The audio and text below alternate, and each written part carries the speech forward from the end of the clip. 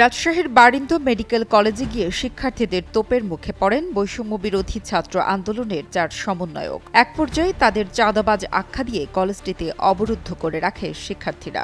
মঙ্গলবার দুপুরে রাজশাহী নগরীর চন্দ্রিমা আবাসিক এলাকায় অবস্থিত বারিন্দ মেডিকেল কলেজ হাসপাতালে এ ঘটনা ঘটে। পরে আইনশৃঙ্খলা রক্ষাকারী বাহিনীর সদস্যরা ঘটনাস্থলে গিয়ে তাদের উদ্ধার করেন। অভিযোগ উঠে সমন্বয়করা মেডিকেল কলেজের শিক্ষকদের সঙ্গে অশালীন আচরণ করেন। এ নিয়ে কলেজের শিক্ষার্থীদের মধ্যে উত্তেজনা সৃষ্টি হলে তাদেরকে অবরুদ্ধ করে রাখা হয়।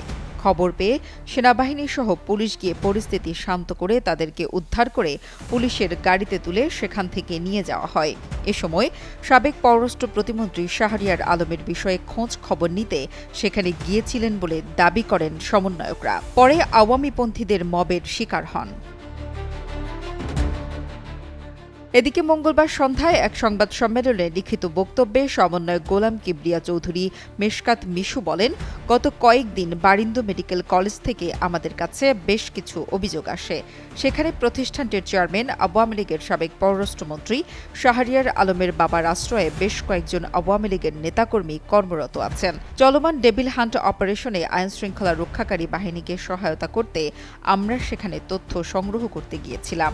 আইনশৃঙ্খলা রক্ষাকারী বাহিনীকে সহায়তা করতে আমরা সেখানে তথ্য সংগ্রহ করতে যাই।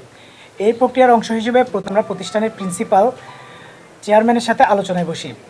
আলোচনার এক পর্যায়ে সেখানে কর্মরত বেশ কয়েকজন অফিস স্টাফ যারা আওয়ামী লীগের রাজনীতির সাথে জড়িত বিতানটা শুরু করেন। এর মধ্যে রুম এবং প্রতিষ্ঠানটির বাইরে মব তৈরি করে আমাদেরকে আটকে ফেলা হয়। ওইখানে একটু হই হুল্লোড় হচ্ছিল, যে আমরা ভিতরে যাই দেখি যে ওরা সমন্বয় পরিচয় দিয়ে চাঁদার দাবি করছে। এটাই আমরা যতদূর জানছি এতটুকু। আর আমাদের ডিরেক্টর স্যারের সাথে ওরা খারাপ ব্যবহার করছে। যে ঘটনাটা ঘটছে ওরা জেনুইন সমন্বয়ক। যাই হোক, আমাদের এখানকার সমন্বয়কদের সাথে কথা না বলে একটা মিস আন্ডারস্ট্যান্ডিং হয়েছে, এই কারণে আসছে। তারা ক্ষমা চেয়েছেন, ওরা নিজ করে ক্ষমা করবা। নাইম হোসেনের পাঠানো তথ্য ও ভিডিও চিত্রে ডেস্ক রিপোর্ট, কালের কণ্ঠ।